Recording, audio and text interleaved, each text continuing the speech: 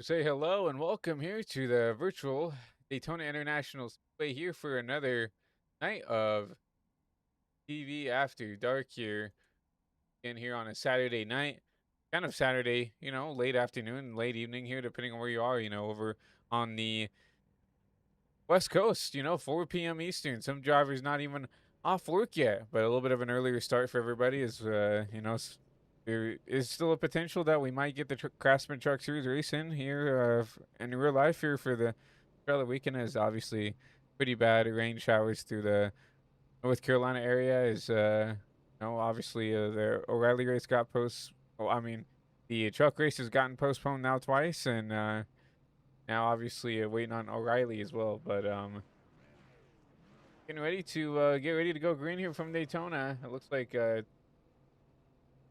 cars lock out here your first race here from the World Center of Racing. Let's go ahead and go trackside here to look at your starting lineup here for race one here of HVTV After Dark here. It's going to be O'Reilly, Daytona, and then we'll be going to Charlotte, North Carolina for some cup racing. So let's go ahead and go down trackside to get your starting lineup here.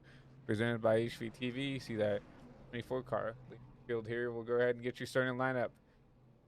It'll be the 24 of Randy Sample on the front row alongside Thomas Smalling in the number 14 machine. Jason Michoud back there in third alongside Robert Lukens. Hopefully I'm saying that right, Robert. Back there in the 33. Carter Kingsley back there in P5. Olin Muth, HVTV regular. You got to go to the carnival, back there in dude. P6. We still have the race chat on. There it is. So, here we get that turned off here for the broadcast. Looking further back, looks like Chase Ingram back there in P7. Jessica Childs back there in P8. Dale Rep and Ryan Brown running out your top 10. Taking a look back here at P11, Joseph Essenberg, Richard Tasker back there running out row 6. Joe Conan alongside Luke Gallagher back there 13th and 14th. Philip Molinex alongside Shane Hatfield running out your top 16. Garrett Essenberg, it looks like we got some Essenberg family back here.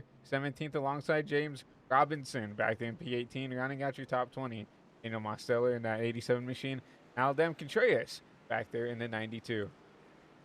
Looking back, Gavin Austin, Patrick Fuller, Robert Emerell, and Dion Biersdorf back there in the 409. Back there rounding out your field. Obviously, it shows us in the 15 machine. We were going to race tonight if we we didn't have the driver count. Luckily, we have looks like 24, maybe 23 drivers strong here from Daytona for your race one here. For HVTV After Dark. So we welcome everybody in from the World Center of Racing here for race one. And once again, we didn't get a good introduction, but my name is Christian Delgado, your lead producer and commentator and founder here of HVTV, High Velocity TV. And we welcome everybody in here to an early night here from the World Center Racing under the lights here from Daytona International Speedway. Before we get ready to go green, a quick look at your race weather for tonight's race. 75-degree air temp, 76-degree track temp, 87% humidity with quite a bit of wind here, 18 miles an hour. What we got in the north? The clear skies here from Daytona Beach, Florida. So looks like it's going to put on some good racing. Obviously, the wind's going to be something we might have to talk about here coming into here, but it's going to be an 18-lap shootout here from Daytona. Basically, like a Draft Masters race here in these O'Reilly machines, which you'll see the 24.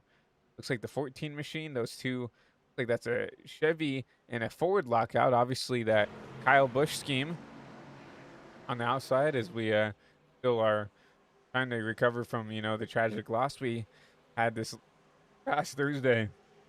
But what a better way to honor Kyle as we go some more super speed racing. Something he's been super good at here at Daytona, but we're going to get ready to go green here from Daytona.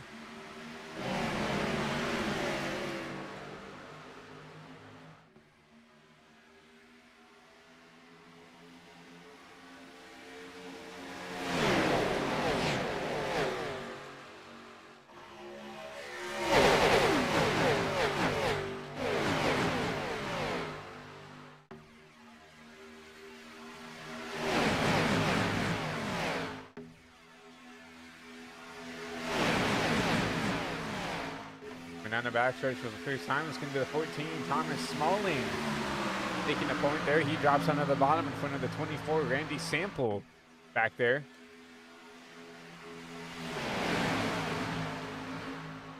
We'll blink out from your race leader, so Randy will jump to the top side. Going to get a little bit of help. Here comes the 33, Robert Lukens. Going to try to get up there and jump to the top side here, but you're already starting to see 3x3 starting to go. So, wrecking in the back. Big wreck in the back here. Caution should come out here. Caution will wave. Already a big one for you here further on back. Looks like a lot of people already all tore up here early here from Daytona. Look and see what happened here. Looks like Tasker, one of the first drivers caught up here in tonight's wreck. If we can take a look and see what happened here to the Tasker machine. I think they started a little bit further up ahead here. I think the 05 and the 07 potentially. Getting into it, maybe the 46 potentially as well. No, it's the 00. Getting contact with the 67 up. That's the 25 out of the 52 of Dale Rapp up almost into the catch fence there. You see him riding the wall there. Nowhere to go for him. You see it all kind of starts out here with the 00 and the 67 machine up on that top side. See the 5 up into the outside wall. Kind of panics there. The 67 gets into the back of the 46, checks up a little bit. It's a little uneasy there. Comes down the track off the bumper and just gets the 52 up in the outside wall. And a lot of drivers here caught up in the back. You see the 18 of Contreras further on back here. He's tore up in this thing early. That's the 92 actually of Contreras. But yeah, caution out early here from Daytona. Gavin Austin. Gavin Austin was the driver in 18. So obviously Gavin winning that Kyle Busch tribute scheme.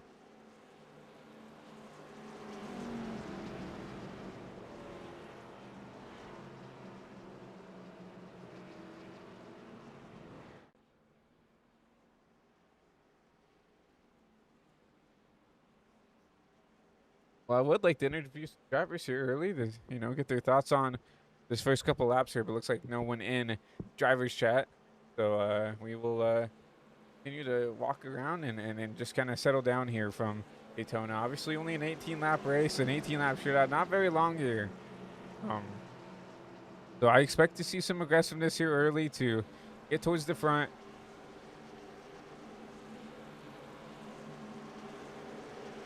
And make sure to put themselves in a good spot to potentially race for a win. You look at someone like the 55 of Kingsley here,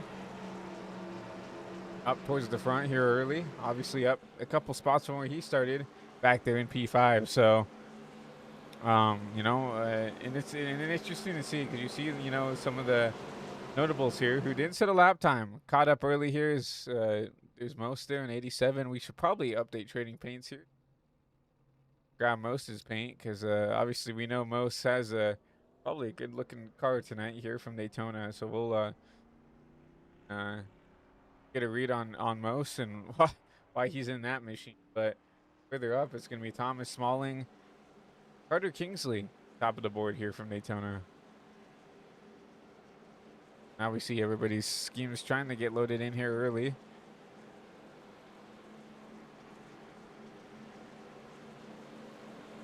Well, Aaron, there's always extra in Charlotte next race there. Obviously, I know you have both cars, I believe, so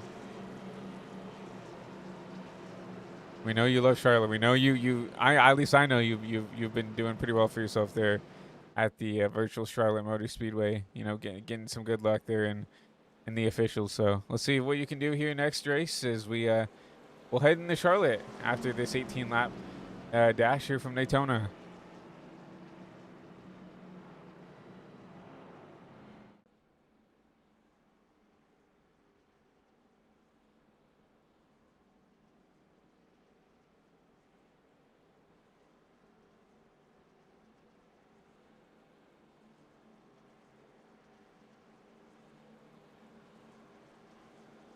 Light should go back off on the pace car here, so get double fouled back up. It's going to be the 14 and the 55. Leading the field to green here. Thomas Smalling, Carter Kingsley, Randy Sample, Chase Ingram, your top four.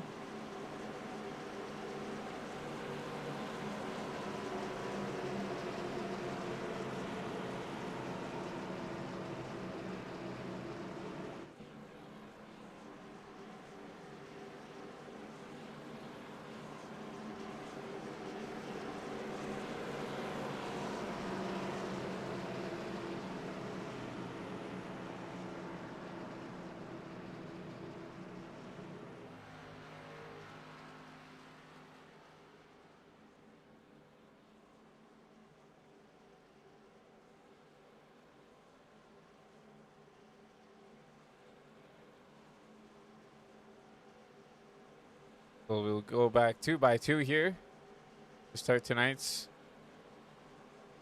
race once again.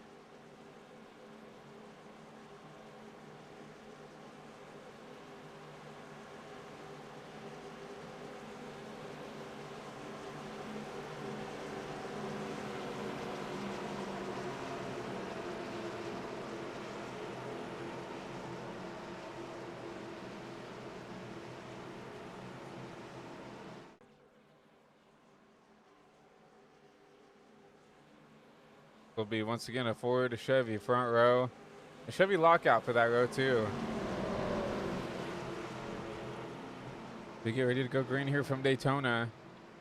Another restart here early in the race. See the pace car, hard left turn down pit road. Thomas Smalling in the 14. Back in the United Reynolds restart zone, back green here from Daytona.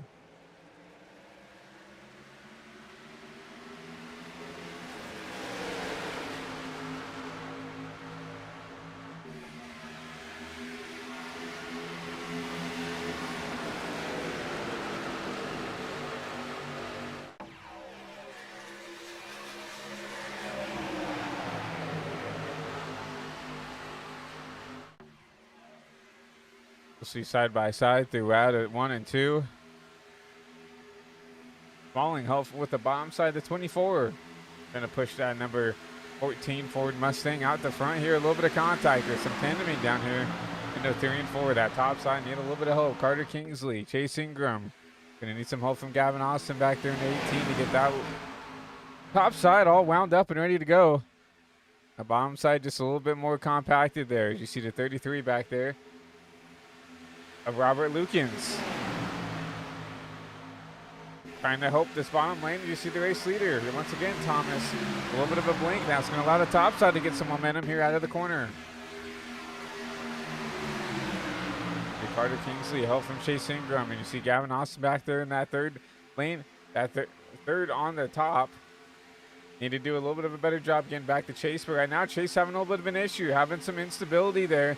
Help from Gavin Austin. So those two leading the top will jump down to the bottom. Now lead Gavin Austin to lead the top side here into 3 and 4. Carter Kingsley clear of every lane. If he wants to take the runs, he can. But right now, that bottom side is starting to slowly pull away here as Gavin Austin trying to pull side by side with Chase Ingram in that 01 McDonald's machine. Right now, gonna be the top two clear. Here comes Chase Ingram to the top. Help from his RGR teammate in the 18. Kingsley on the bottom. Chase Ingram now with momentum on the top side. They're going to be side by side out of 1 and 2, but it should have a little bit better momentum off that top side here. See if Chase Ingram can clear all lanes. It looks like he will. Help from Gavin Austin. They'll try to get both those cars clear of the bottom as they will. Now you see 3 wide further back for P3. The 72 going to split the middle here. Going to put the Gavin Austin machine on the top. Carter Kingsley on the bottom, and that 72 by himself right in the middle of this whole pack here. See how long he can hold on. A little bit of swervy for the 72. Still 3 wide here, and that's allowing the 18 is, oh, there they go in the back. That's the 14 machine. Huge impact into the inside wall there. Man, what a tough night for the 14. Was up towards the front. It looks like no caution. Everybody tries to keep it going now. Caution wave here. Going down the back stretch here from Daytona.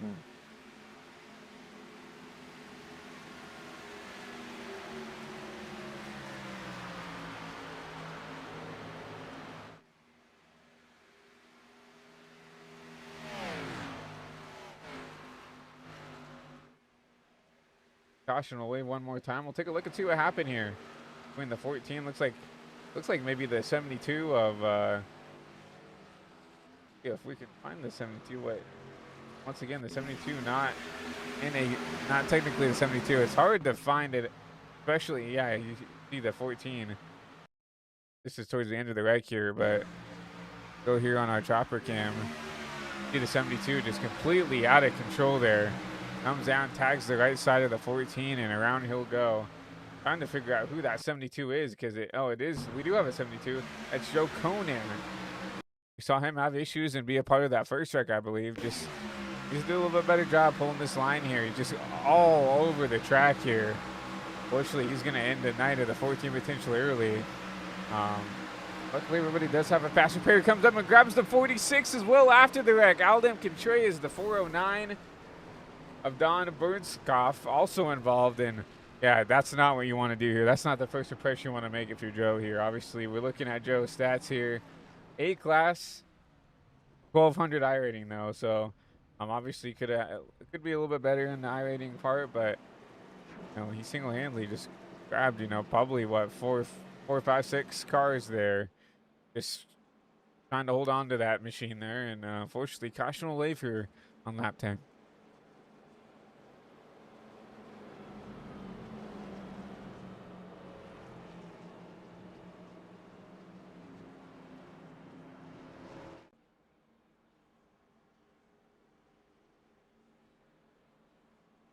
Aldem Contreras out of the race. It looks like he had enough here. What have actually already used his fast repair, got caught up with the 72 coming back up the track, throwing his car. So that sucks because Aldem, one of the better super speedways we had show up tonight here from Daytona. And sucks that he got taken out by someone, who most likely just should have locked it down there and safely emerged up the track and just said, I don't know if he overcorrected or just couldn't get the car slowed down enough or what, but came back up the track after making contact with the 14. It of smalling and then just completely tore up some more cars here after the fact. So it just it sucks to do that because now we're down to what, like cars maybe left in the race here, if that. So obviously have to put on a race here, but definitely would like to see at the end here. But you know, that's sometimes the way the cookie crumbles here from Daytona. You get caught up in stuff out of your doing. Gonna have to learn to deal with it, I guess, right? And I hate to say that, but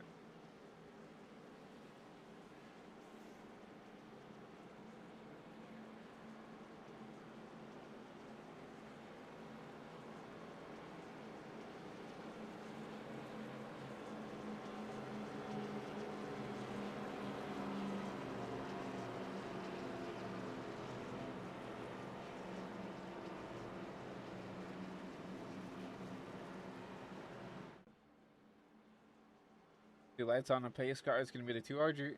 Oh, actually, no, that is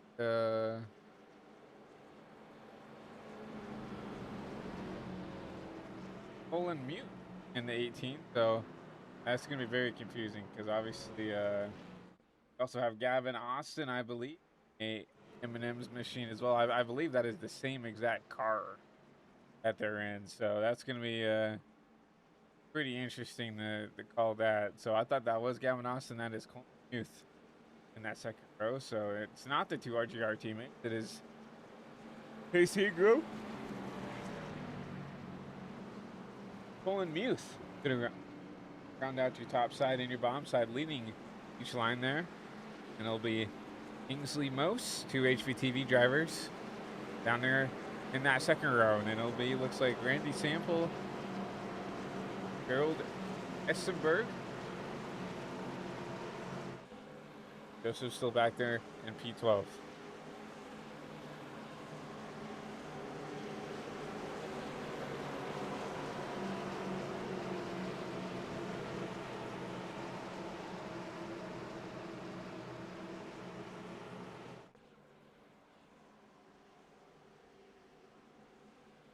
To say hello here from Daytona, the virtual Daytona International Speedway here on iRacing.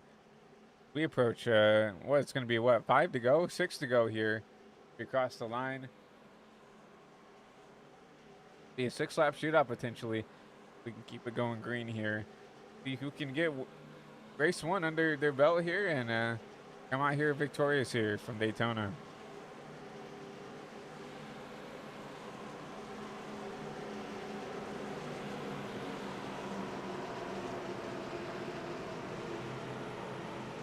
We appreciate everybody tuning in early here for HVTV After Dark. Obviously, pretty good car turnout, and once again, we appreciate everybody coming out and being a part of the broadcast, being a part of the race, whatever that is, right? If you wouldn't mind dropping a like on the broadcast, sharing the broadcast with friends and family, that continue to grow these lobbies, continue to grow the network, right? I feel like, when it comes to the HVTV After Dark side of things, the viewership is a little down. Obviously, we're not going to complain. Viewership is viewership, and we appreciate everybody who has to come up and show out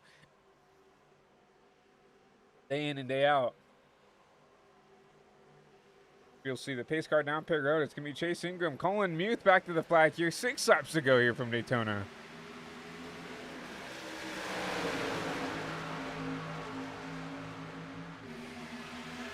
Pretty good jump by the bottom, but the top has more numbers with Moss Stiller all over the back end of the 18 of Muth. Only going to get a good jump, a good push from the 87 Moss Stiller. Still could not get the paint scheme loaded for the number 87 machine, but here comes Carter Kingsley, going to help the 01 try to keep this bottom lane's momentum up here. We'll start to see the top side start to snake away just a little bit as the 24 of Randy Sample in that third lineup there, that third car on the top, trying to make something happen right now. Here comes the 18 of Muth. He's going to drop down in front of the 01 of Chase Ingram. Now leave Most by himself on the top. Going to need help from the 24 Sample and cars further on back. I think that's the 4 of Gerald back there. Jared, not Gerald, sorry, my apologies. Jared, back there in that Ford machine, that Brandon Jones machine, to be specific.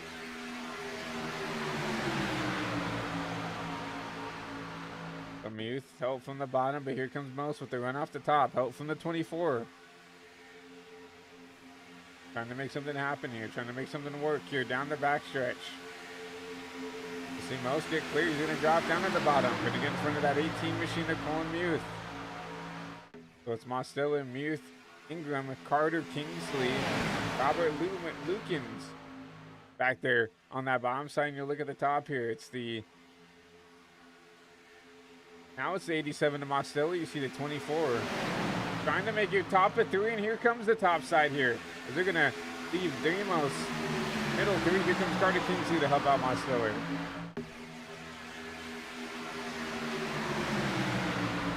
Get 3 by 3, 5th on, what is it, 4th on back. Mostilla trying to spearhead this middle lane. Trying to make something happen here. Now you're starting to see this top side get abandoned. The 4 by himself. Alongside, looks like that's the 77 of Robert Amarell.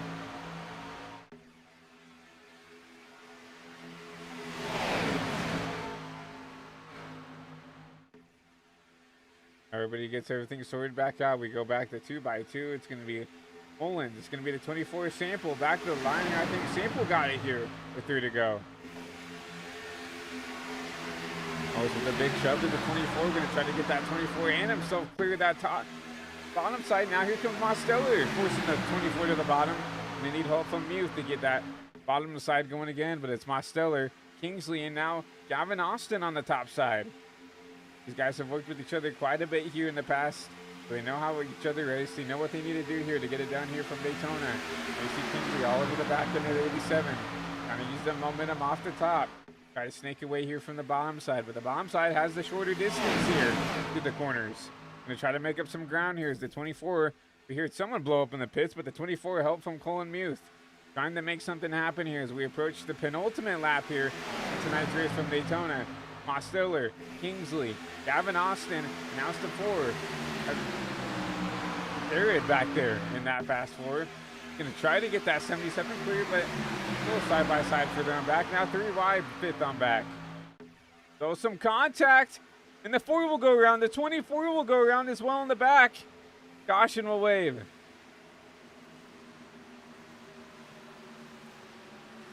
Oh man, huge contact with the 13 machine. Patrick Fuller in the 13 getting some damage as well.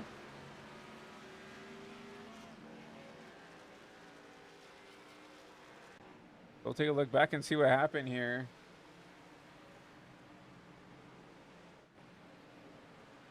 Try to get some type of angle here. Go to the 4 here. I know he was a part of this wreck. Here he is.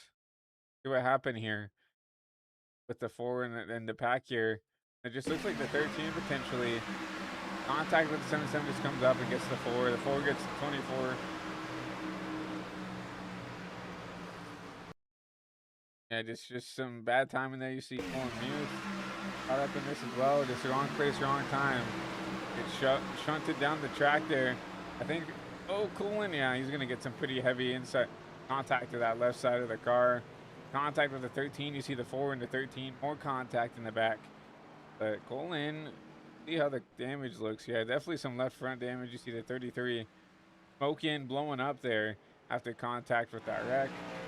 Cautional wave here, so we should get the NASCAR overtime here from Daytona.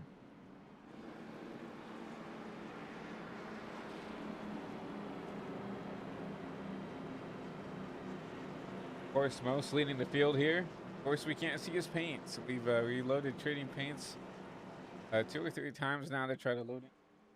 To see what we can do about this. We'll try one more time while we're under caution to make sure that at least Most knows that we're trying to get that paint loaded in tonight.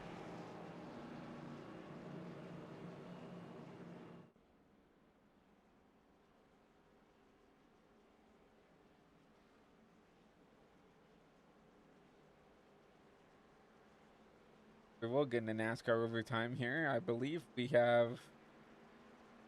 I'm not sure how many green white checkers we have actually, so... ATVO, if you're listening, something I would really love to see is like in the race, if there's like a race info tab, right? To see, yeah, we've reset trading pins again. Monsteller's 87, and whatever that might be, not showing up for some reason on our side. But going back to ATVO, if you guys would love to put like a race info tab where it will show us how many laps, you know, uh, you know, uh, what pit road speed is.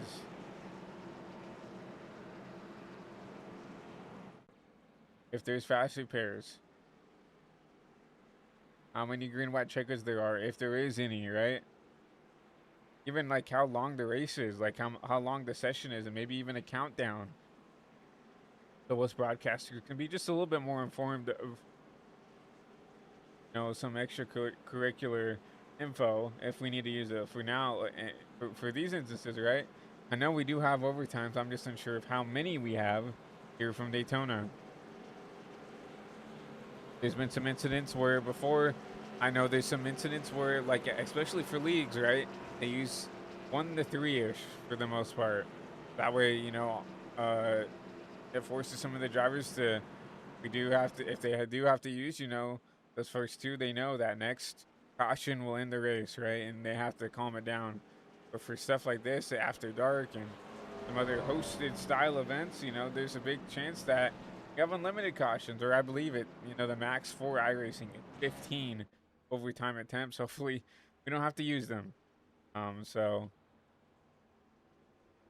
hopefully this is our only overtime attempt here as we should get ready to go green here. As you should see the lights go off on the pace car here. We're approaching the NASCAR overtime.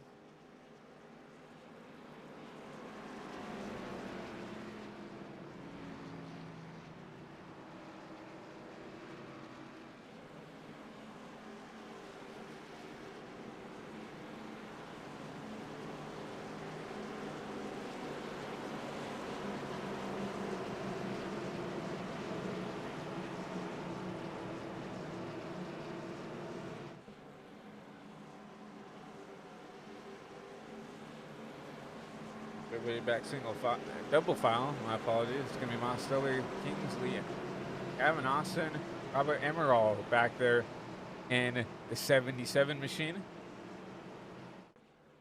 Chasing Gallagher, running at your top 6 there in that 00.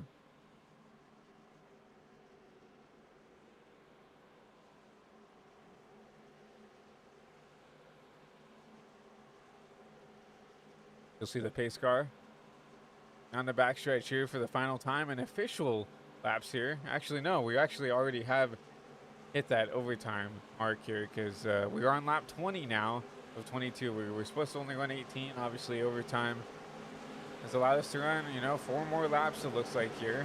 See who can get it done here in the World Center of Racing.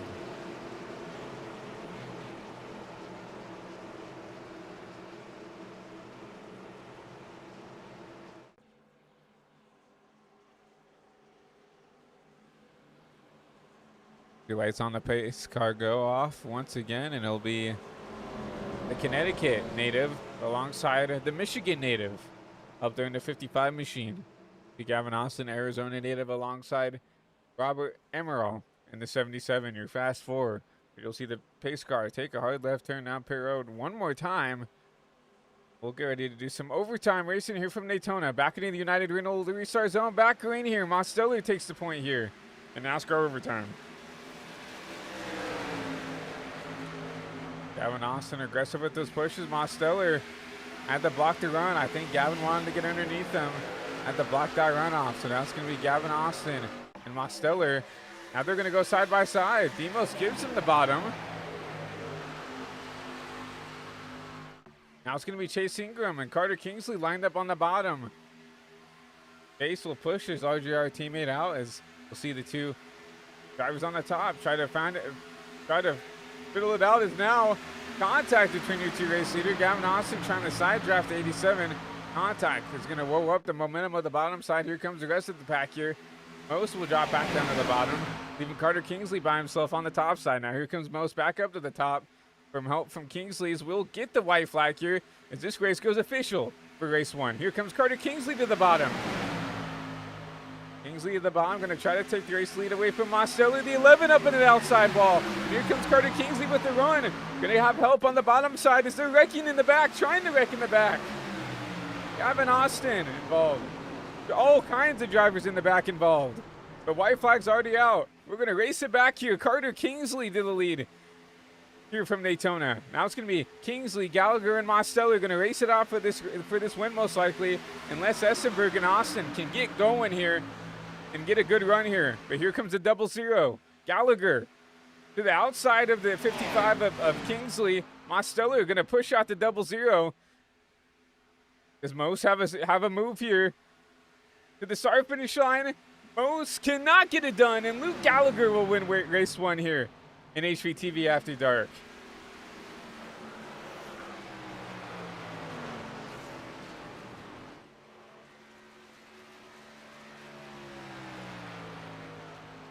Mostelli will come home P2. Carter Kingsley will come home P3. I think Carter just kind of made the move too early. It kind of allowed him to get set up there in those last couple corners, and not really a whole lot he could do. The 0-0 got those outside. Mostelli pushed him out. Just pushed him right past them, and then Most just could not develop a run here to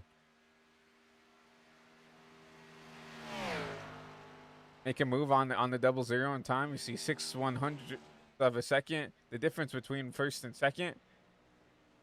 Obviously, we think it's pretty close to any other track here, but we're used to these photo finishes here, especially in After Dark. But congratulations to the 0-0 here.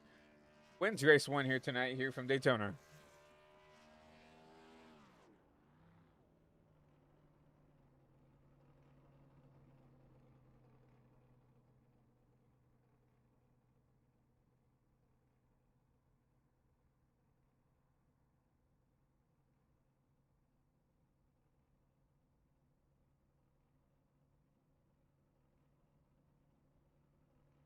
Bring up the 0-0 here. If he's in the Discord, we'll have to take the ring up this him.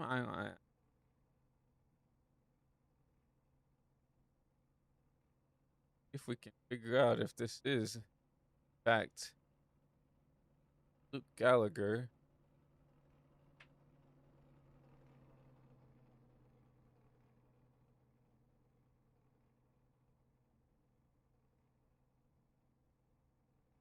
We'll go ahead and talk to the driver of the 0-0. Let's go ahead and talk to Luke up here in the TV booth.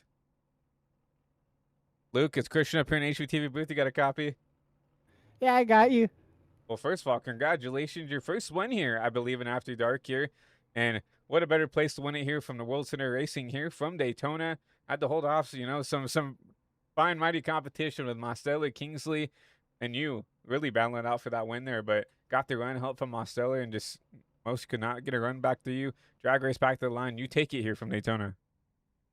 I can't believe it. I've never come close to winning any of these before, so I just can't believe it. I nearly caused a giant wreck coming to turn 1 on the last lap, and I thought for sure I was going to get destroyed, and then I don't know what happened.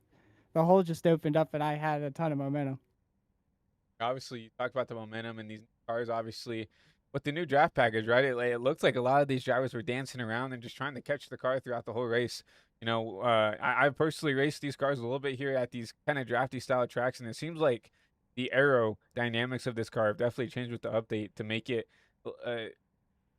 It kind of puts the handling of everybody else in someone else's hands, right? It seems like you can really aero push and kind of side draft a lot easier in these cars. Well, what's your opinion on that? Yeah, I definitely noticed that. My tail was stepping out a little bit going into the corner a couple times, which I hadn't really noticed before the update, with like almost getting aero loose.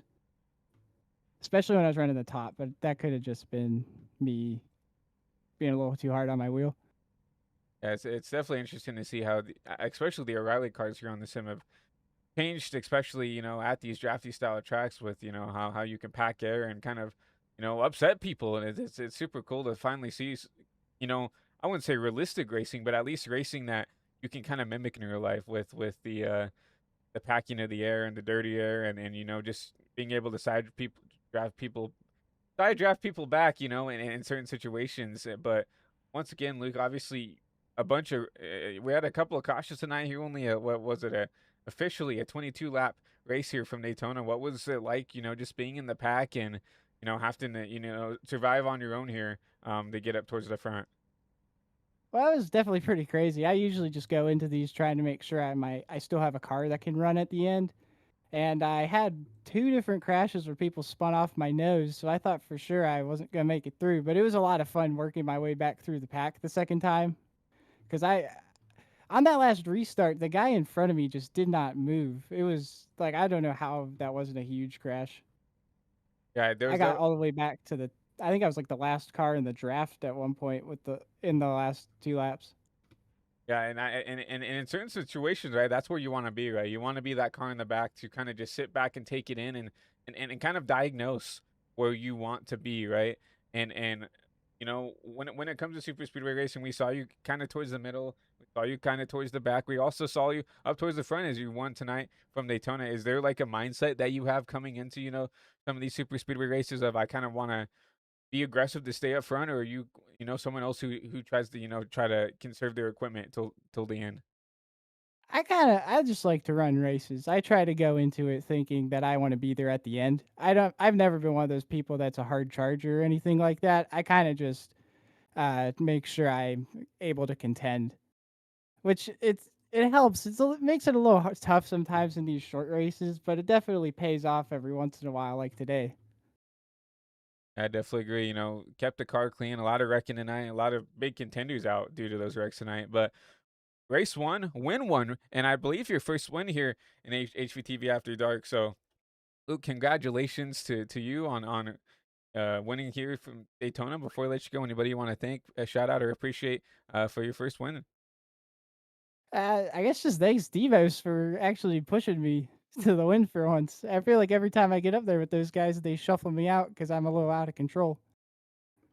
I definitely most knows how to get it done here, and to say you outdid most, especially at a super speedway, is a celebration in its own right. But congratulations, Luke, on a win tonight here from Daytona. Obviously, we're bringing the Cup cars to Charlotte. You're going to join us for that race as well. I've I already run 2 Coke 600s this week, so I definitely am gonna try to do that. Well, we I'd have a definitely lot of fun at Charlotte.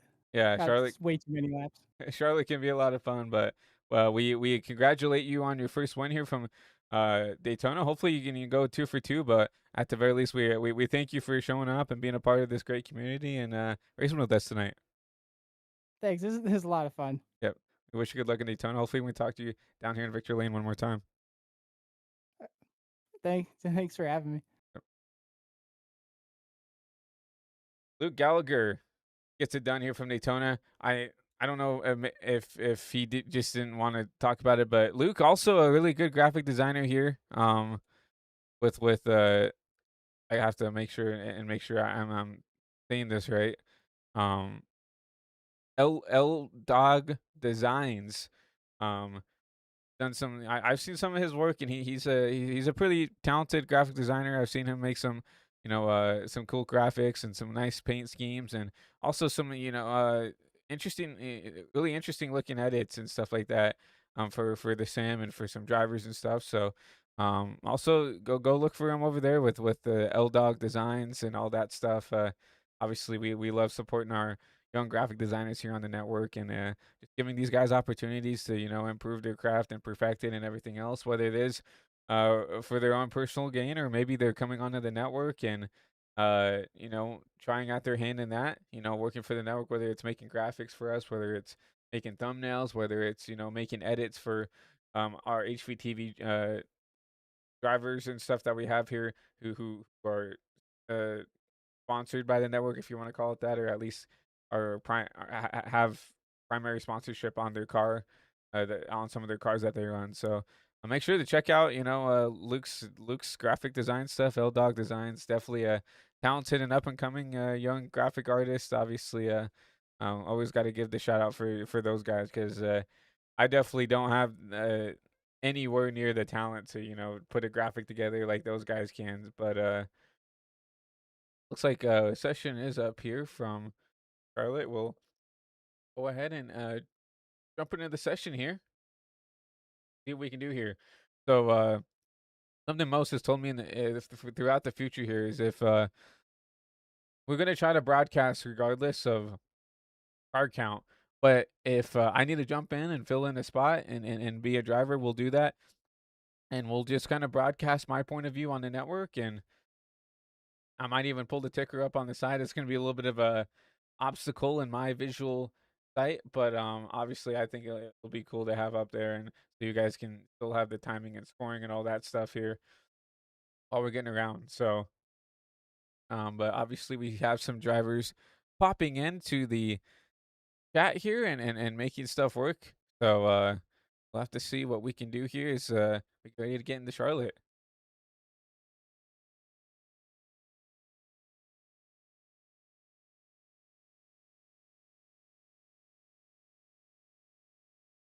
Yeah, some new faces into After Dark. Some familiar faces, but also some new faces here. Kevin Reed joining the session. Sean Rowe, he's won a couple races here tonight, and Peter Terrio coming in here running his first race here in After Dark. Obviously, you are an OG HVTV viewer.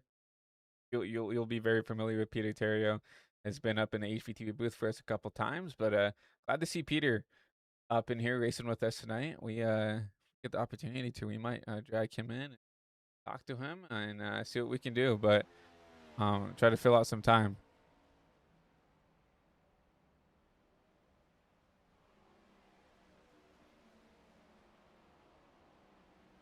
We have about 10 minutes left in practice, so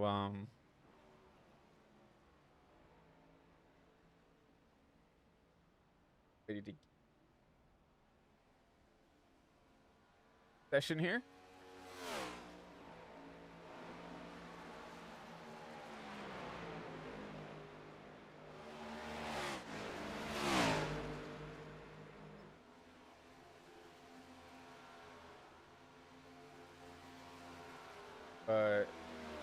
Work properly here.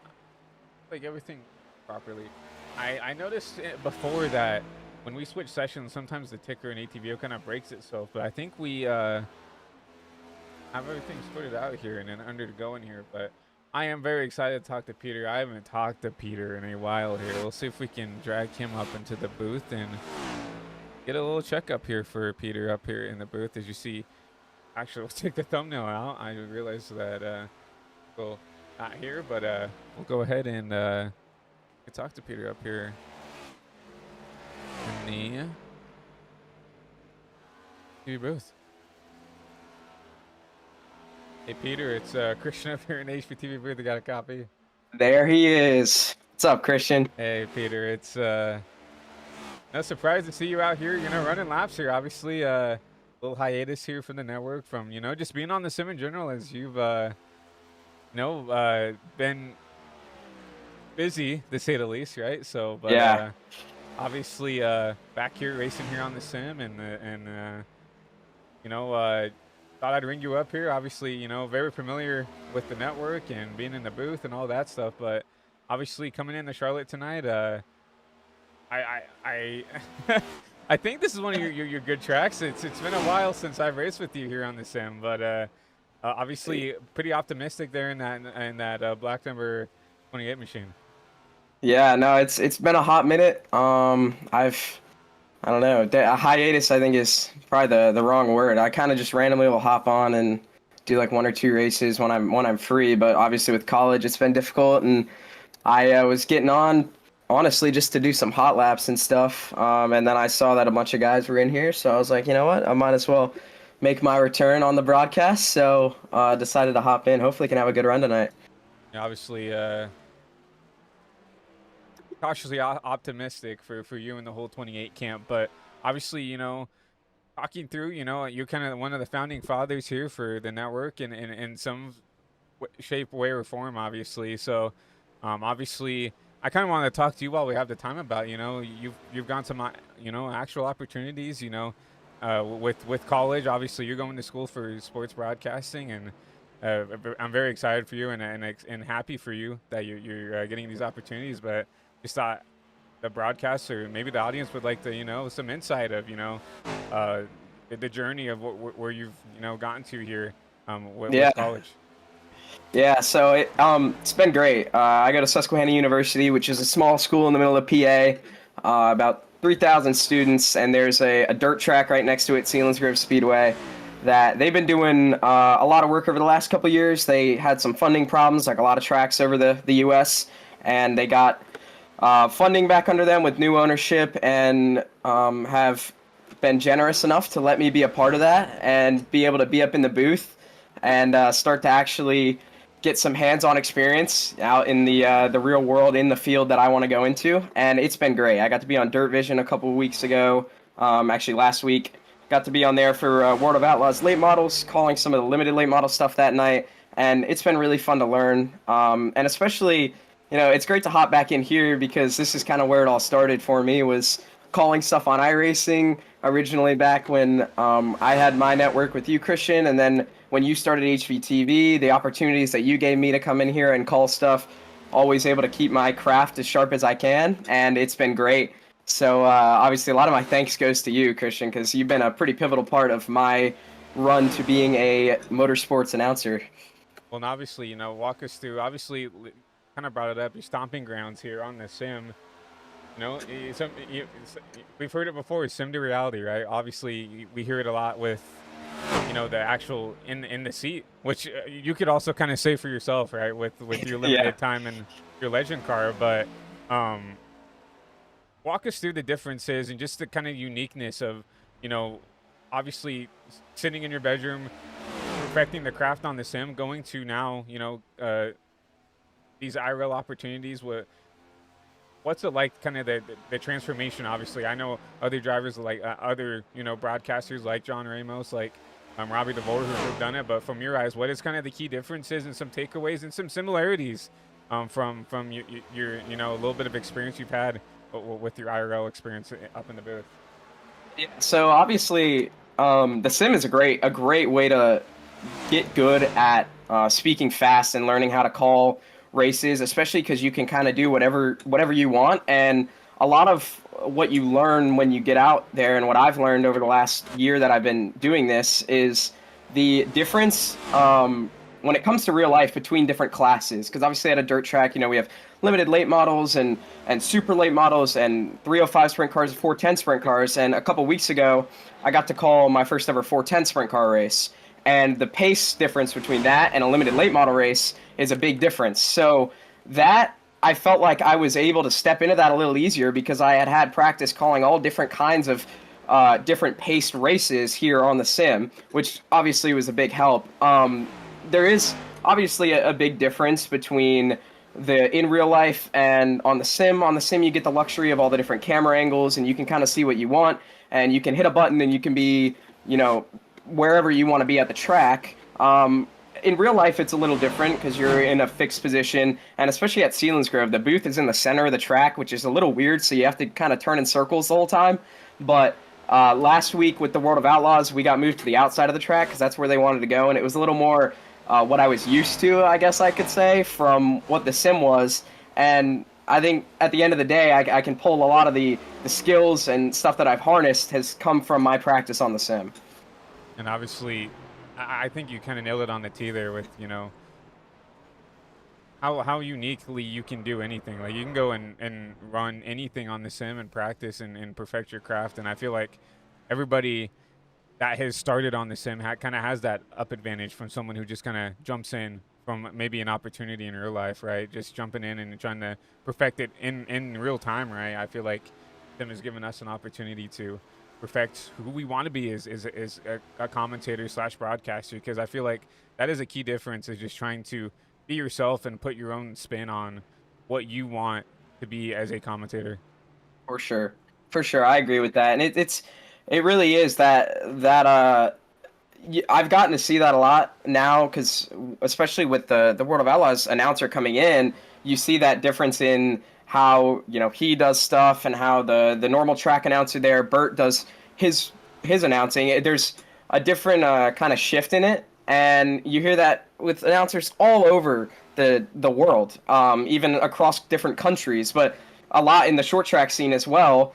And the sim does give you that opportunity to kind of find your style, your cadence before you even step into the booth. And it's just like the sim behind the wheel. You know, you get to actually kind of see what you're going to be doing for a job, but you get to see it before all the pressure's on. Well, I definitely agree. And once again, we really do appreciate you for coming up here, giving us some of your time here. Is you're ready for what? It's 20, 30. I don't even know how many laps we're doing here from Charlotte, but Yeah, 30. I don't know if I'm ready. We'll see. I'm a little slow, but that's all right. I'm trying to watch Condorian's lap right now to see if I can find some time somewhere, but no, slow is I'm fast gonna sometimes. need it. So yeah. But yeah, we appreciate your time up here in the booth, and we wish you good luck here. Your debut here in After Dark. So Yeah, hopefully thank you. we don't commentators curse you, but we'll drop you back down to your VC and see what we can do. Thank you, man. Peter Terrio. I mean, I wish you guys could see me, but I'm just smiling from ear to ear, seeing Peter back, and you know, I've known Peter for a long, long time, and you know, he's the person who got me into broadcasting and found the love for doing this. And you know, with college, obviously everybody kind of gets busy with college, and I don't get to talk to Peter as much as I'd like to, right? And it's nice to, you know, actually, not in a weird way, but hear his voice and to sit down and have a conversation. So, but you were talking about it, Kendorian Davis actually fastest in practice here. Take a look at his fastest laps here. Davis, Sean Rowe, Mosteller, Kevin Reed, Gavin Austin, Monin, Ron Rahman, and Colin Muth through top 7. You see Nick Snyder, Jack Farmer, Chase Ingram through top 10. Peter right outside the top 10 back there in P11. That number 28 machine. Now back there. Well, it says Peter's in the 87 actually. Mosteller in the 01. So I think that's just a mess up in the timing and scoring. So we are going to reset ATVO real quick and pull this back up here in just one moment, because yeah, that's definitely not right. So I was right that ATVO does have a little bit of a mix up here with the numbers. So we get everything back up here, and we'll get ready to get your qualifying underway here. Kendorian Davis already out on track here to start his qualifying lap, and Kendorian obviously no newbie here to the network. Obviously races in the Prestige Cup Series, actually racing for a championship there in the Prestige Cup Series. Rough first race there in week 1 at Texas, but you know, still has 2 more weeks to go from Phoenix and Homestead, so can still hopefully try to pull something out and make something happen. But obviously Kendorian, we know he's quick. We know he knows how to get it done here from Charlotte, so see what he can do here starting his first time lap.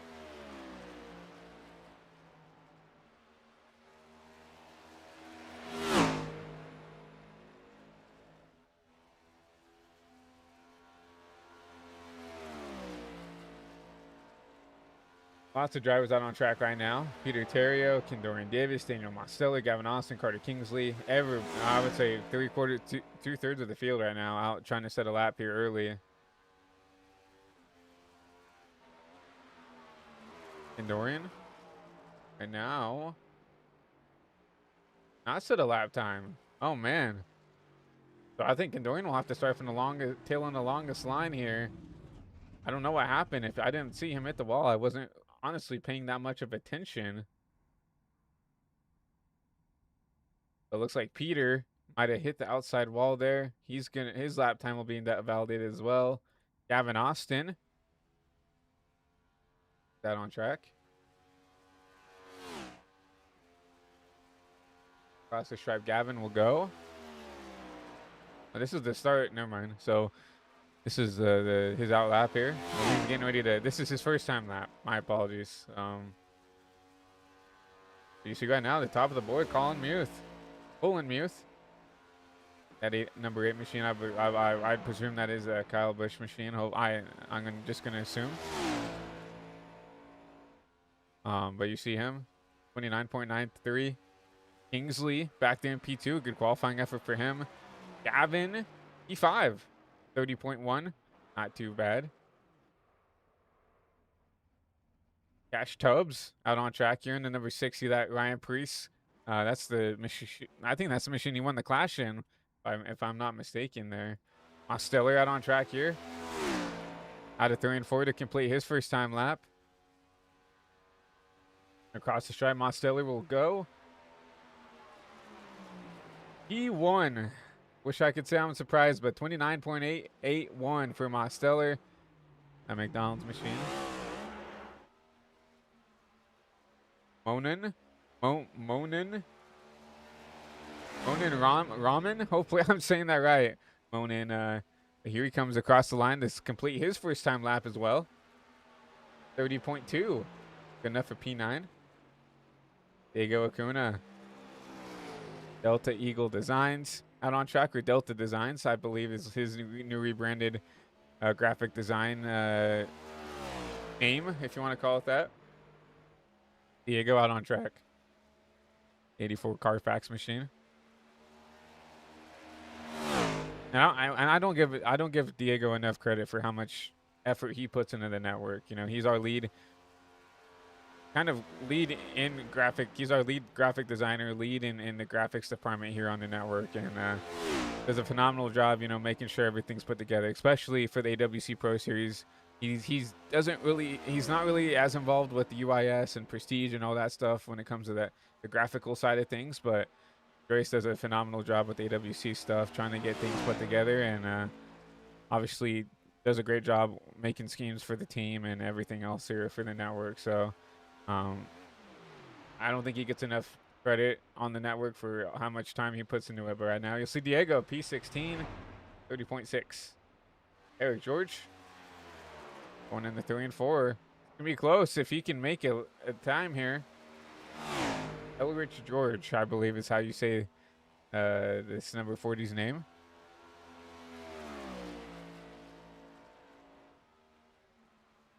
A couple of drivers who aren't going to settle out. We got 1, 2, 3, 4, 5, 6, 7, 8 drivers who aren't going to settle out. And Elric gets it done. A P11 at the buzzer. Wow. So he'll get a lap in. Elric George, 30.221. He'll be P11 here at the line. What a buzzer beater right there to get it in here. But wait on some of these drivers to get ready to go. 30 laps here from Charlotte, North Carolina. Here, kind of the home of NASCAR now. Obviously, you could call technically Daytona the home of racing. That was kind of where NASCAR was originated was down there at Daytona Beach, but obviously Charlotte, kind of the home of NASCAR. All the NASCAR shops, the predominant NASCAR shops here, located in here in Charlotte and Welcome and Mooresville, all around Charlotte, the Charlotte area here. So, kind of the home of NASCAR for Charlotte, and obviously kind of a home race for everybody who's showing up tonight, because you know, for Charlotte, right? This is the only free track you get when you open up iRacing and you get your subscription. You get Charlotte free. You don't have to pay for any other track, right? So a lot of drivers, they come out here, they run, you know, the Charlotte oval here in the street stocks or in the mini stocks, or they'll come out here and run the Legends, the little quarter mile here on the front stretch. So obviously Charlotte means a lot to a lot of people here. And obviously it's just a crown jewel race. The Coke 600 happening tomorrow here, tomorrow on Amazon Prime. You'll see Alexander Earnhardt and Steve Letarte up there in the Amazon Prime booth. So interested. I'm really excited to see what Prime can do here for the Coke 600 here for the second time. But looking at your starting lineup for tonight's race, Mosteller and Mew through row 1. Saw them race last race, and John Rowe, his first race of the night here. He'll be P3 in that number 99 machine alongside Michael Loonsberry. He makes his return here to the After Dark. Carter Kingsley back there in P5. Kevin Reed back there in P6. Nick Snyder and Thomas Smalling back there in P8. I believe I've raced with Thomas and something in the past here. Gavin Austin back there in P9. Chase Ingram rounds out your top 10. Be back there in P11th. Elrich George. Desmond Burnell in the number 29, B12. Monin Raman. Harry Stewart back there in P14. Gabriel Liberto alongside Luke Gallagher. Last race's winner back there in P16, Diego Acuna. Jack Farmer, 18th, and rounding out your top 20, Steve Point and Boone Tubbs back there in that number 137. Back there in 21st, Logan Cochran and Cash Tubbs. So another Tubbs entry here back there in P22 alongside the Bobby Holland, Hunter Battersby, Evan Campbell, Kylan Russell, Christopher Carnes, Dylan Rowe, Peter Terrio, Carter Casey. Rounding out your top 30.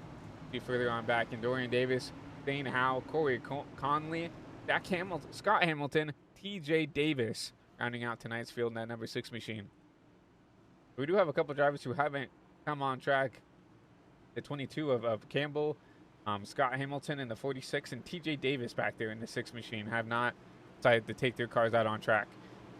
Race 2 here for Charlotte. Before we get ready to go green here, 77 track temp, 109 track temp, my apologies.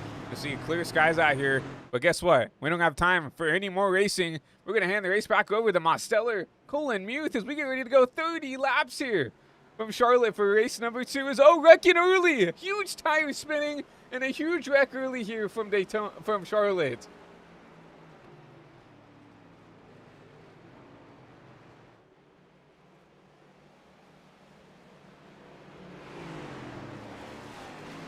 I was going to talk about the track temp and how we might have potential issues here with how hot and slick it was there. And we saw even Mosteller gliding that rear end around here on the start. So I did NIS fix here on Wednesday.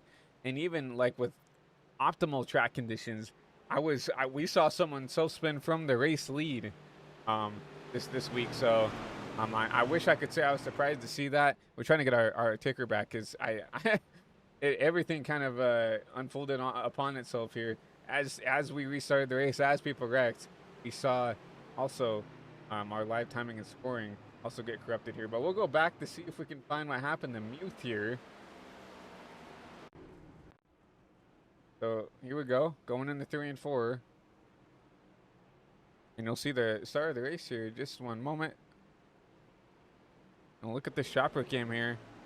So Colin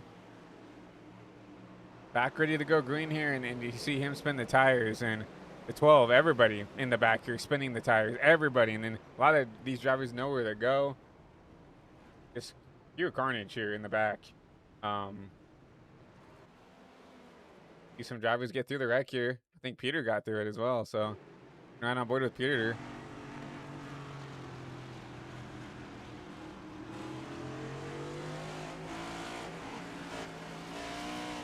You see him just evasive down to the bottom, get out of the way there. Barely gets around the 60 machine there, and Peter will he'll jump up inside the top 10 there. He started outside the top 20, all the way back inside the top 10. But yeah, I mean, a bunch of tire spin early here. Caution will wave here early from Charlotte.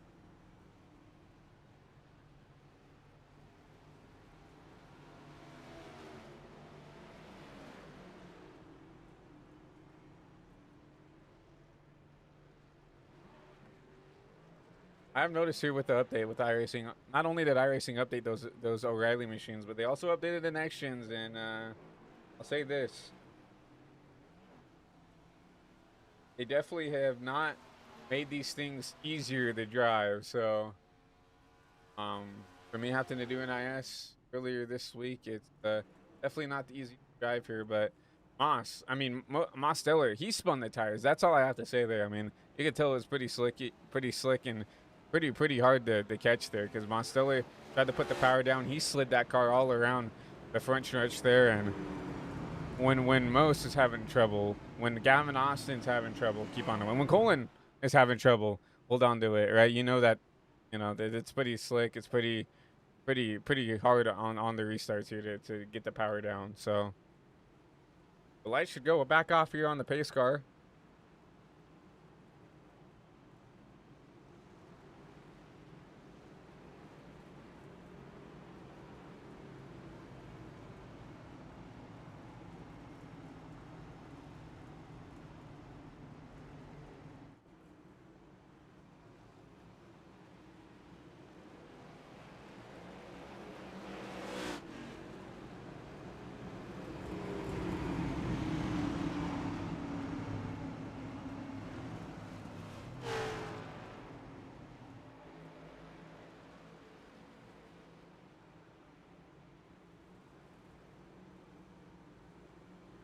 We'll go 2x2 once again. Stella, Gavin Austin, front row here. 2 HVTV regulars. 2 people well versed in the community here, and you'll see Chase Ingram, new car for him. That black machine, I believe I was told that, yeah, that's a Michael Jackson. I think that might be the Michael movie. I think that's the car. It might be an album, as we see spinning in the back. 18 of Bobby Holland around here in the back. I don't think they're going to delay the restart here for him, unfortunately. But it's going to be Mostella, Gavin Austin back into the Echo Park restart zone. Back green. Looks like everybody having a better time. No! Chase Ingram around after someone else beside him spins the tires. Caution will wave once again. Man, cannot keep these things going straight here on the restarts. We'll go back and see what happened. Man, you hate to see that. You hate to see that.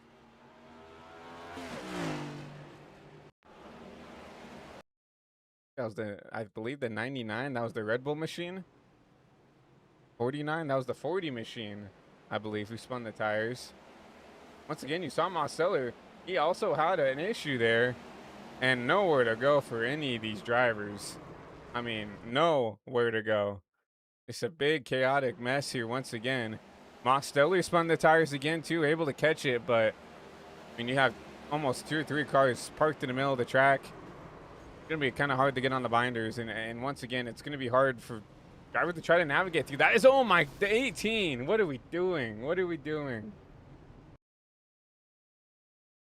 He spun on the restart, and this is the guy who spun on the restart. I don't know when the caution came out, but we're gonna go on board with this driver. He completely tattooed the 40 machine there. My caution's out. Caution has to be out by now. Yeah, I already see the I don't know what the thought of that was, honestly.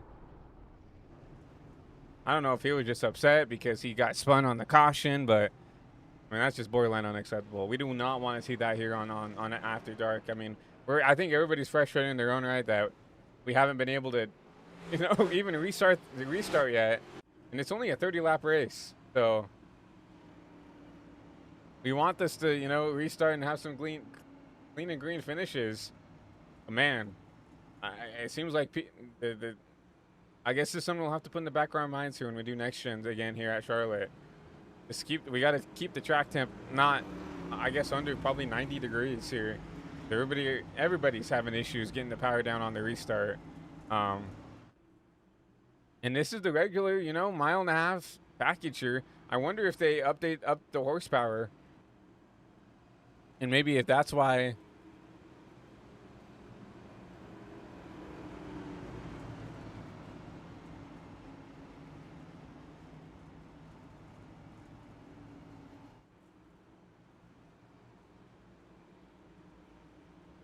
Maybe the upped horsepower is making it hard to drive for some of these drivers here. And that's the second restart wreck we've had. So I would say one more chance, and if people are going to start, if people do it again, as someone who's running this, as someone who's an admin, you might have the admin start the queue up and say, hey, if people continue to have issues on the restart, just take it easy here. Let's get everybody, up to speed, and then we can race. But if I might give everybody one more break here, and then if we continue to have these 4 starts here, you mic up and say, hey, the 99 might be laps down here potentially. He needs to just go and get his laps back, I think. That's Sean Rowe, never mind. 4 wide. Okay, we're going 4 wide. So we're doing something here. I think Peter was having a laugh there, but Conroe needs to get back in line here. There we go. But I'll say we'll give one more chance, and if they have an issue here on the restart again, the race control needs to mic up and say, hey, if people are still self-spinning on the restarts, we're going to give you an EOL, and then we'll continue to worsen the penalty if you keep having issues. EOL, 1 lap hold, 2 lap hold, and then a DQ or something. EOL drive through 1 lap. How about that? And if they still can't get it done,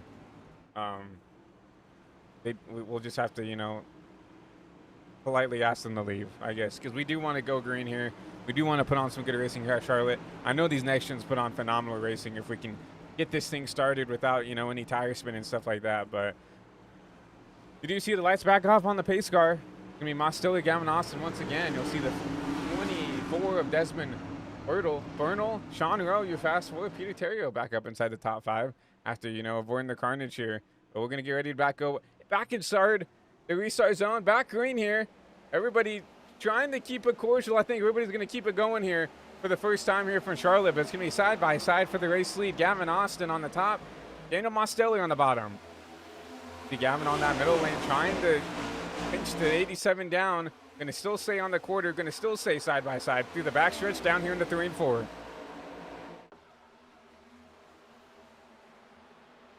What can Gavin do to pinch this 87 down to try to keep the momentum up here in the Stube machine? Obviously, he's running the top. He should have a little bit better momentum off that top side, but still side by side. Give it to Gavin Austin there, the lead lap number 9 going into lap 10, and they still stay side by side here through 1 and 2. You know, Gavin knows how to get it done here in After Dark. Most desperately wants a win here in After Dark here. You know, finally got his first win here, but I think this is more of a skill-based car track combo. I think this is where Most really thinks that he can get it done here. He finally gets around the 2 of Austin. Here comes Sean Rowe, putting pressure all over the back end of the 2 of Gavin Austin here. He'll go to the bottom of the track.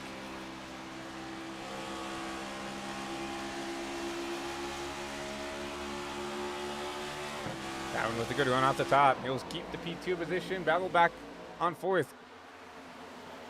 Peter Terrio starting to run down the 24 machine, that H-speed machine. You'll see that plain black car. Peter Terrio. I think that matches Peter a lot, right? Just a, you know, a grassroots short track racer, not a lot of sponsorship for his, you know, IRL program, right? It's just, you know, what he called his race team, No Bucks Motorsports, right? It's kind of a family-funded affair, not really any sponsors, from my knowledge at least, on the car. And that just kind of matches Peter's styles. Oh, you see the 24 a little bit loose on the paint there. They're going to try to capitalize there, but they're also starting to get ran down a little bit by Loonsberry, Nick Spider, Carter Kingsley, trying to move their way back up through the field here. But see this battle for P4 starting to heat up here. Sean Rowe gets around the 2 of Gavin Austin. He's going to try to run down your race leader, Mostelli. And with those 2 battling, it's allowed Most to get out. So almost an 0.8 of a second gap here on the rest of the pack.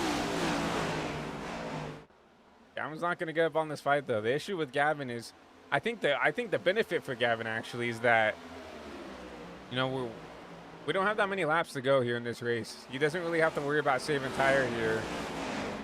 And I think the tire wear is going to be pretty bad with how slick the track is.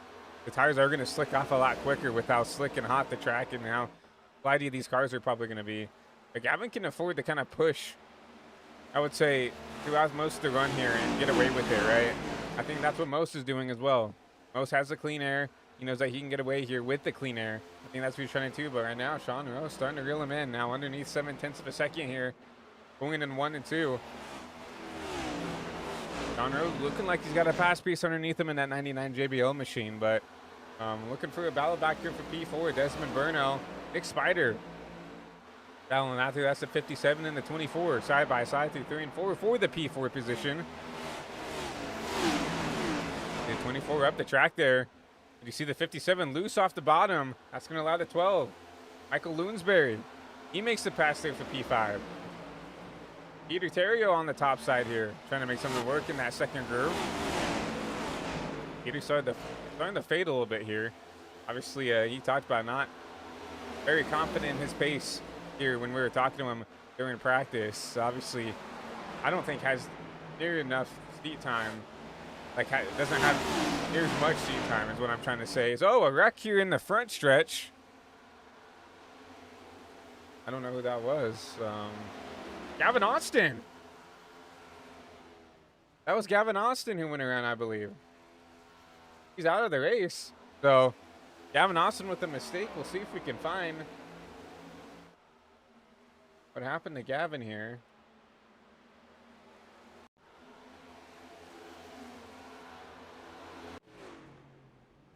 That was the 22, actually, I think, who was bringing it down here on the front stretch. Gavin on a D-seed. Unfortunate for Austin. Gonna send back the MP3. Carter Kingsley, the two Bean Team teammates, battling it out here. Back here for the P6 position. Carter underneath Peter here. I need to keep a close eye on that 22. He's making me a little nervous back here.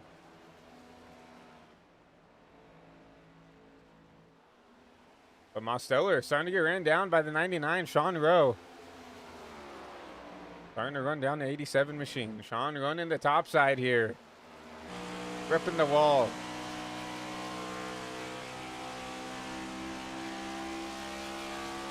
Mosteller down there on the bottom, trying to conserve some tire, I think. I don't think Mosteller is going 100%. See him a little upset there on the paint. You see him sliding the back end out. Sean Rowe just has a little bit more lateral grip, I think, than the 87. And here he comes with the battle for the lead. They're in the grass trying to make up some time here on the 87. Approaching 10 to go from Charlotte, and it's going to be between these two elite drivers, the 87, the 99, and Sean Rowe.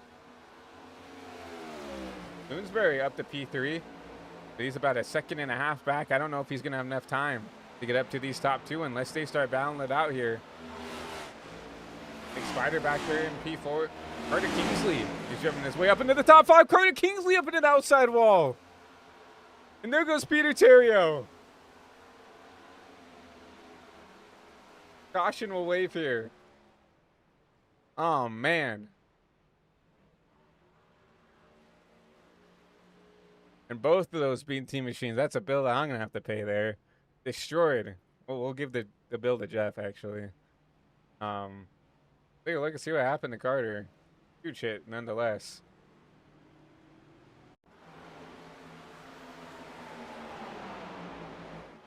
Coming here in the 3 and 4. Carter. Yeah, I'm unsure. It just looks like the car just got out from underneath him. Peter gets in the back of the 0-1 and a massive hit for Peter Terrio. Not going to get the finish that I think he wants. He had to tow that machine. It was broken. So not the finish he wanted for sure.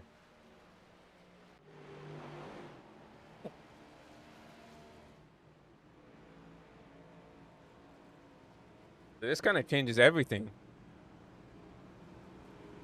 If drivers want to come down pit side here and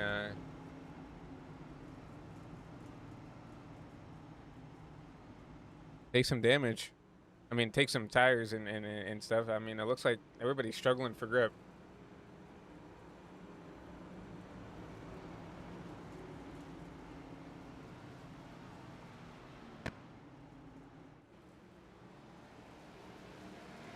I mean, if I'm outside probably the top two, I'm coming up here, but here comes all the leaders here. I'm not surprised by this one bit. Here comes the whole field down pit side here. Luckily, I think Peter has a fast repair, but he's going to have probably the most amount of towing because I'm pretty sure he was past the start finish line, which means iRacing is going to virtually try to tow him all the way around the track and then back to his pit stall. So I'm pretty sure only going to be 3 or 4 minutes of towing for Peter. Going to go laps down. He's going to need a caution to get him back in the fight here. Already 2 laps down. Chase Ingram sitting down pit side here. He's 1 lap down. Carter Kingsley, I think, was able to limp his car back to pit road. Yeah, and he will take the fast repair here.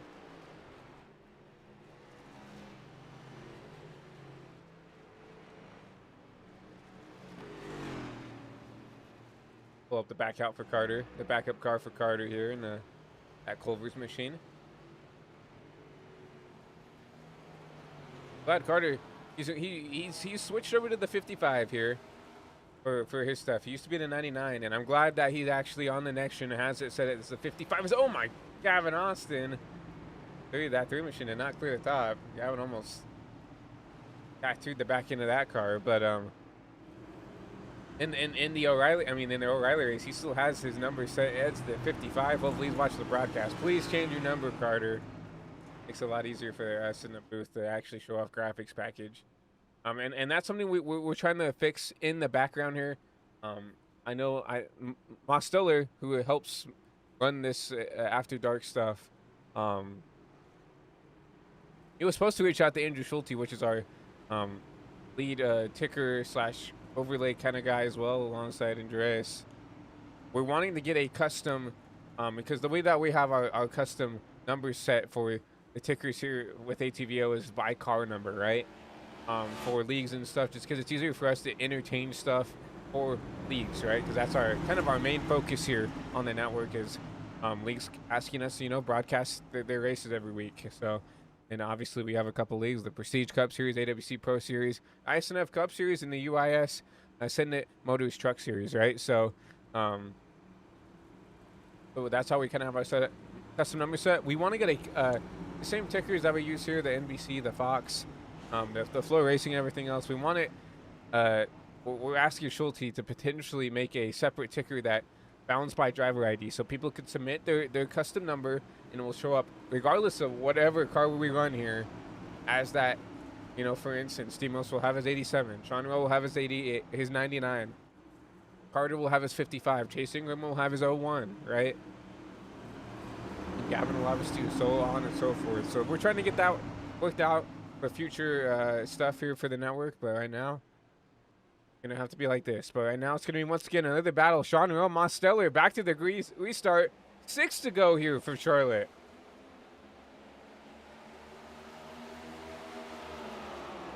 Mosteller with a good jump. Colin Muth, look at him. Jumped the car on the initial start of the race. Excuse me. And now looking for P2. But Sean Rowe hustles that car on the top. Makes that spot for P2. You saw Peter Terrio getting out of harm's way there. Really respectful racing out of Peter there, but back to the lead. Mosteller. He's with 5 to go, but a battle further on back to 8. Colin Muth getting some pressure. And Dorian Davis to the back of the 8. What a save by Muth. To keep that thing going straight, but not going to be happy with Davis there. Davis actually, unironically, pulled that same move on Christian Zarate this last Thursday from Texas. But he's getting used to putting the bumper to some people there. I mean, I don't mind it. I mean, racing's racing, but I'll put him up inside the top 4. But further on up, it's going to be Sean Rowe. Once again, ripping that high side, trying to make some time up on the 87 of Mosteller. Mosteller trying to pull away, but Sean Rowe with a huge run down the back straight. Going to get within 2/10 here of the 87. Going to be a battle between these two. Bloomsbury might have a shot if these guys get side by side here within, I would say, 3 to go. Right now, Sean Rowe does not have the momentum to get back side by side with Mosteller. Going to go back up to the top side soon. 1 and 2. Mosteller go down there, paint that blue and white line here in the 1 and 2. There's differing lines that you can use here from Charlotte. You see the difference and how it affects the corner exit, how it affects corner entry, right? Mosteller will have the better entry, get away, but you'll see Sean Rowe, better exit as he'll close back into the back end of the 87. Gavin Austin, going to be something to look at here. Gavin's not someone who usually pulls out of the way here for these leaders here. So he actually dumps all the dirty air on Mosteller there, trying to stay on the lead lap. Going to allow a battle for the lead here. Sean Rowe underneath the 87 of Mosteller. Gavin actually giving Demos more dirty air. Sean Rowe up at the outside wall. Demos around. Will caution wave? Right now looks like no caution as we get the white flag. Michael Loonsberry takes the race lead away. Michael Loonsberry through 1 and 2. Gonna have to outrun the number 5 machine of Kendorian Davis. We talked about it. Those two leaders had to get together to give Loonsberry a shot here. And just like that, Kendorian Davis not gonna have the run, and out of turn 3 and 4, the number 12, Michael Loonsberry, is gonna win race 2 here from Charlotte. And the shocking passion after the race leaders take each other out.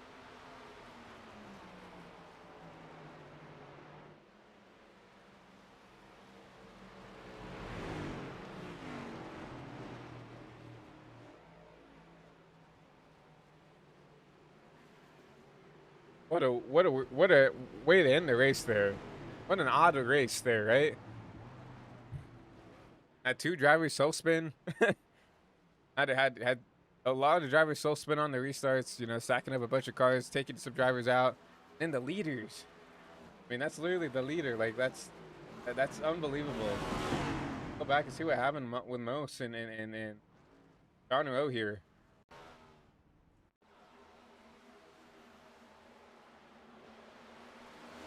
So this all kind of started from Stellar getting air grips by Gavin Austin here, allowing Sean Rowe to close in. You see the two of Gavin Austin going down there, taking away the air off of Mosteller. Force Mosteller to check up. Watch that car up the track, and then here comes Sean Rowe. And make it side by side here into turn 3 and 4. Pull a little bit of a slide job, and something happens here. I think that Sean Rowe gets loose. Yeah. He must know where to go. Here comes the 12 of Loonsbury. Around to take the race lead here as we hit the white flag. And he was sailing away. But what a weird way to end that race.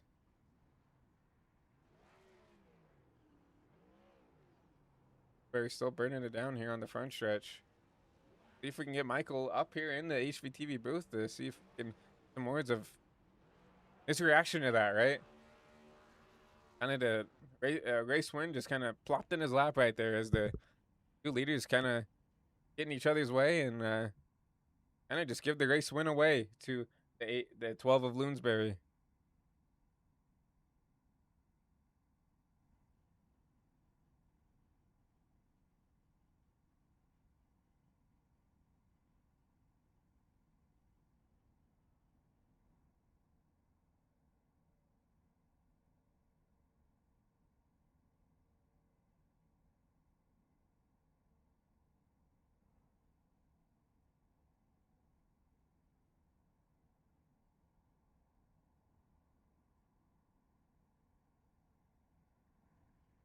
We'll see if we can find Michael here in chat here.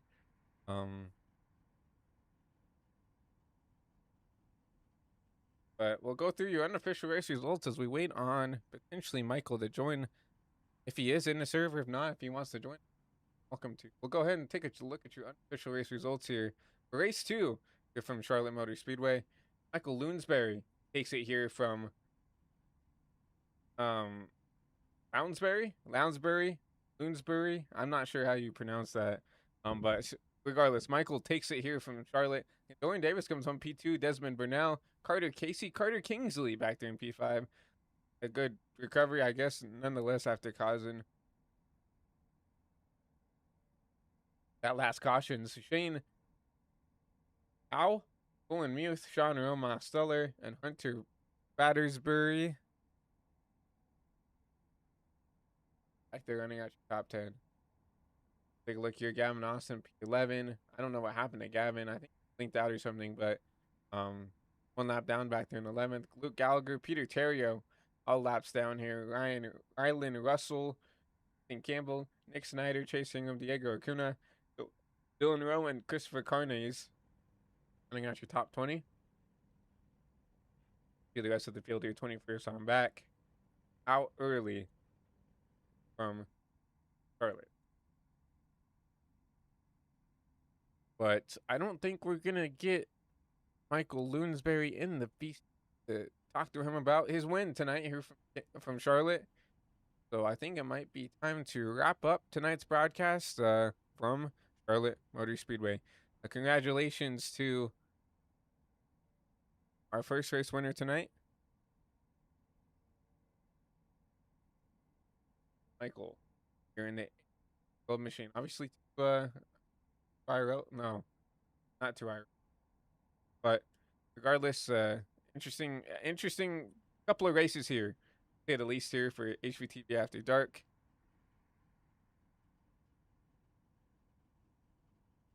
You know what? Chase is asking for an interview. Let's go ahead and bring him in that real quick. As we don't have Michael, so might as well drag someone else in who actually wants to know, have their voice here. Let's go ahead and talk to Chase Ingram up here to your booth. Chase, it's Christian up here in the booth. You got a copy? Yeah. Well, obviously, not the race you wanted here from Charlotte, but obviously, Daytona. You know, had a good running up there. Was running up front. Unfortunately, got taken out of really both races and still in contention. But just walk us through your night. Walk us through what you thought of tonight's races. Well, the last race was a crapshoot. First of all, everybody spins the tires on the start, and then and then we have another start, and the guy on the bottom spins the tires and spins me out because these guys apparently can't learn. Oh, you can't start in first gear, and so yeah.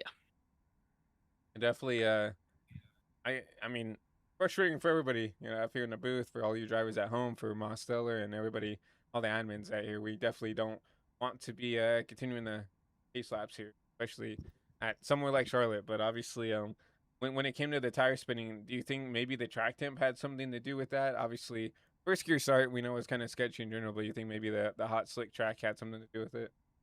No, I think it's just usually there's a lot of wheel spin in at Charlotte, and if you start in second gear, you don't have wheel spin, and you still get a decent start. So I don't know why everybody it's just insanity because we have one start, everybody wrecks because we started in first gear and spun the tires. We have another start, we wreck again because they start in first gear and spun the tires. Like, it's just insane. And then Carter Kingsley, after I got that damage fixed, I drove up through the field and got up to like 8th. And then Carter Kingsley has the worst overcorrect of all time. And I end up having nowhere to go because I just so happen at that point to go to the outside, and he spins there. So it's just stupid. Definitely a frustrating night for you and Chase. Obviously, you know, I've had success in series in prior starts, but obviously not the night you wanted tonight. But obviously, we continue to want to try to do these every Saturday when Mosteller has opportunities to put the sessions up. So we thank you for coming out and being a part of the community and continuing to show up and show out. We definitely appreciate the camaraderie here. And but before we let you go, Chase, obviously not the night you want. Anybody you want to thank, appreciate, shout out here while you have the time? Uh, yeah, shout out Luke Gallagher. We were in the VC together when he won the first race, so There it is, Luke, getting home his first win of the series here. But once again, Chase, we appreciate your time up here in the booth. Hopefully, we can see you with a little bit better results here in the next coming weeks. yeah. Chase Ingram, not the best, not the happiest camper tonight here, but obviously you wanted to be interviewed. We'll give him time to shine. Obviously, didn't expect that, to say the least. But regardless, still a very interesting race to say the least at Charlotte. Obviously, Daytona always going to put on some good racing, as we saw Luke Gallagher go home and win the first race, and Michael Winsberry steal a win here as the two leaders, Sean Rowe, Daniel Mosteller, get together there, going to the white flag. And I don't know if they wanted to call the caution, but I don't think it would have mattered because Michael took the white before it probably could have gotten thrown. But still, regardless, an interesting finish to say the least. As you know, it's always interesting to see the leaders wreck each other and kind of give the win away to someone else. You think of like and maybe a sore topic right now, but you think of, you know, Auto Club, what was it, 2012, 2013 Auto Club, where Denny and Logano wrecked each other, and Kyle Busch, you know, was there at the right place, right time to steal the win right there from Auto Club. You think of some other you know, you go back to the vintage NASCAR with Bobby Allison, Kelly Yarborough, I believe. Um, Wrecked each other for the 500. It gave Richard Petty um another win under his belt, obviously, and we know how decorated Richard has been. But also, I guess to sprinkle this on top, we talked about this on the Thursday broadcast, but obviously, I feel like the whole community is grieving with the loss of Kyle and everything else. And I know, um, I'm still trying to process it my own right, but obviously, once again, want to just say, at least for me and in the network, we're thinking about you, Samantha and Braxton and Lennox and all the Bush family. All of ours are all of Joe Gibbs. Even Hendrick. He raced for Hendrick. That's where he started his cup career down there at HMS. And obviously just a tragedy. I feel like the whole racing community, the whole racing family, grieving for Kyle and his family and everything else. Uh, uh, it's a somber week, right? And it's gonna be probably a somber month, just because of how much of a figure Kyle was to sport, not only just NASCAR but just racing in general, right? But as a community, as a family, we have to stick together and support each other through the thick and thin, right? And then be there for the people who need the support through this time. Grieving through Kyle, whether it is family, whether there's Rowdy Nation and that whole fan base who have just lost their hero, right? But once again, just thinking about everybody who's impacted and involved and everything else, and just devastated. I'm here, myself, and the whole network. You're just devastated for what's happened in this last week. At a loss for words still for really what to say, but I will say this: if it's okay to grieve, it's okay not to know how to feel, right? And you are feeling, out of place or not knowing how to feel, it's a good thing, right? Because that shows that you are trying to reflect on the respect you had for Kyle and his career and what he was as a man, as a father, as a team owner, as a driver, as a person. Um, he'll be missed, and he'll never be forgotten. He's done so much to the sport that he'll never be forgotten. Um, and just a travesty, but um, just thinking of everybody who's affected, and then um, it sucks. You know, we haven't got to see a lot of the Cup cars this weekend with the weather down there in North Carolina, but it was definitely a hard swallow. Seeing Austin Hill take that 33 machine out for final practice, that 45-minute session, and pilot Kyle's car, right? That's Kyle's car, and it always will be, for the remainder of the season.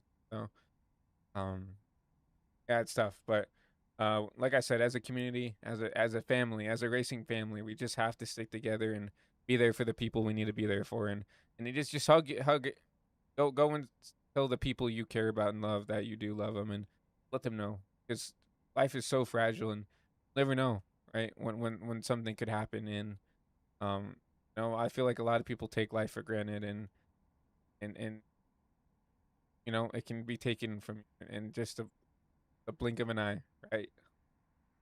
It's been last really 9 or 10 months have just been horrible for the racing community. Obviously, Greg, Michael Annette, uh, Alex Zanardi, and now Kyle, and